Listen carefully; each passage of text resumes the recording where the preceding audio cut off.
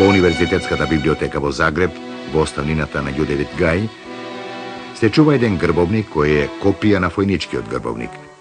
Работа е извршена од Филип Пашалич во време на силното илирско движење. Македонскиот грб, без особени ликовни квалитети, се наоѓа на вториот лист. На знаката Македонија е странично испишана.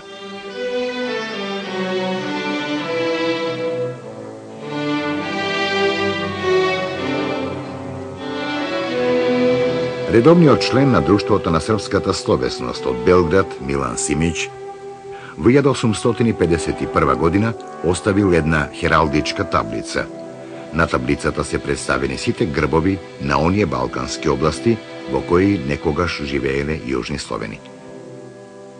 Оваа таблица одиграла позитивна улога, бидејќи го ширела познавањето на грбовите меѓу сите јужнословенски народи и бидејќи литографски била умножувана и продавана во Србија, Босна, Македонија и во Бугарија. Македонскиот грб на таблицата се среќава 3 пати и тоа во состав со другите јужнословенски грбови и самостојно.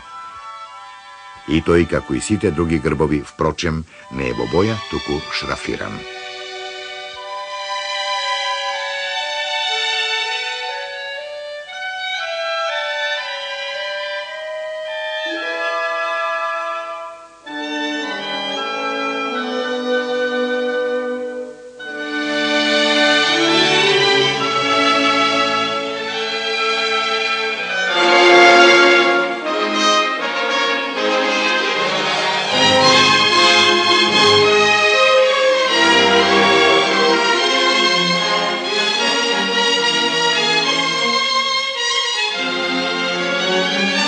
Од сите досега наброени грбови, македонските дејци од илинденскиот револуционерен период и преди по него непосредно влијаеле во изработката на знамињата од хералдичката традиција.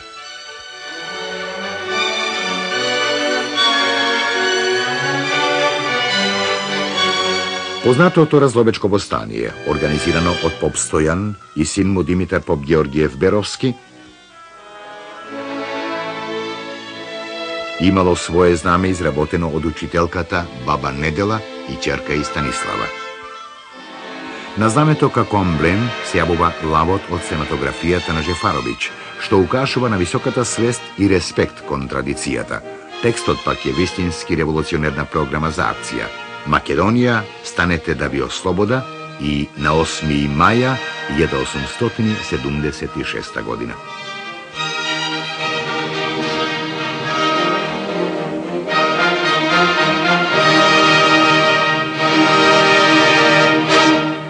За време на Илинден, на сиот простор на Македонија, од Солун до Скопје, револуционерните чети имале своји знамиња.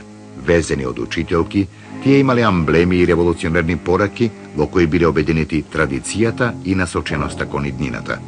Полни со символика и родолюбие, знамињата биле легитимно истакнување на една нова свест пред светот, државотворна, што се гледа и од фактот дека на одделни места имало обиди за ковање монети со македонски грб. Лавот што со векови во минатото се јавувал како амблем на македонскиот грб и во овој важен период од македонската историја послужил како символ.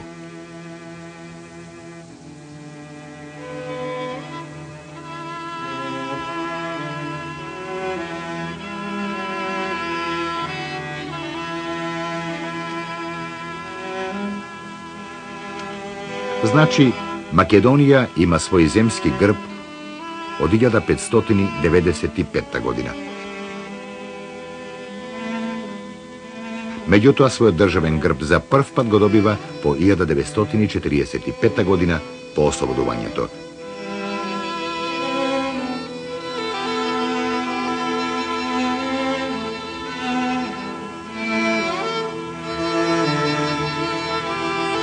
Државниот грб беше прогласен од Народното собрание на Македонија на неговото второ заседание на 27. јули 1946 година.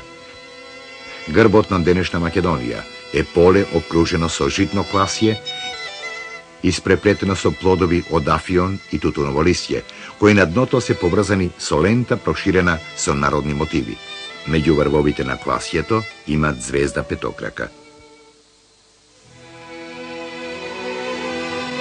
Среде во полето се оцртува планина, во чие подножје тече река.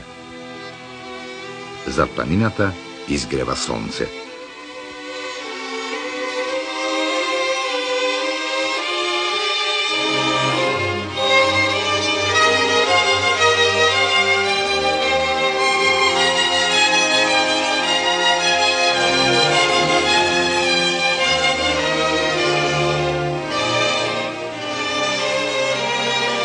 Добивањето на државен грб за Македонија значи само затворење на еден импресивен пат на присутност на Македонија во мощневажниот корпус на грбовници.